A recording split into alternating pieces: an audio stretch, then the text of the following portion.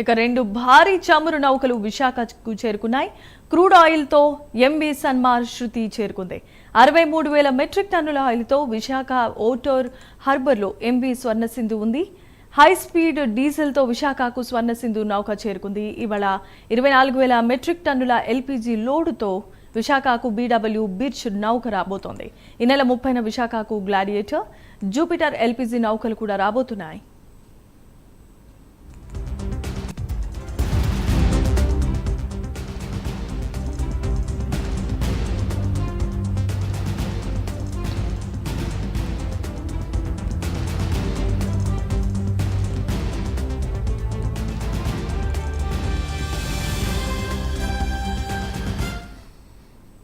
Right, ఇక breaking news చూస్తున్నాం. రెండు భారీ చమురు నౌకలు విశాఖకు చేరుకోబోతున్నాయి. క్రూడ్ ఆయిల్ తో ఎంవి సన్మార్ శృతి చేరుకుంది.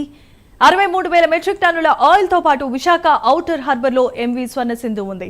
హై స్పీడ్ డీజిల్ తో విశాఖకు స్వర్ణసింధు నౌక చేరుకుంది. ఇవాళ 24,000 మెట్రిక్ టన్నుల ఎల్పీజీ లోడుతో విశాఖకు బీడబ్ల్యూ బిర్చ్ నౌక రానుంది. ఈ నెల 30న విశాఖకు గ్లాడియేటర్, జూపిటర్ ఎల్పీజీ నౌకలు రానున్నాయి.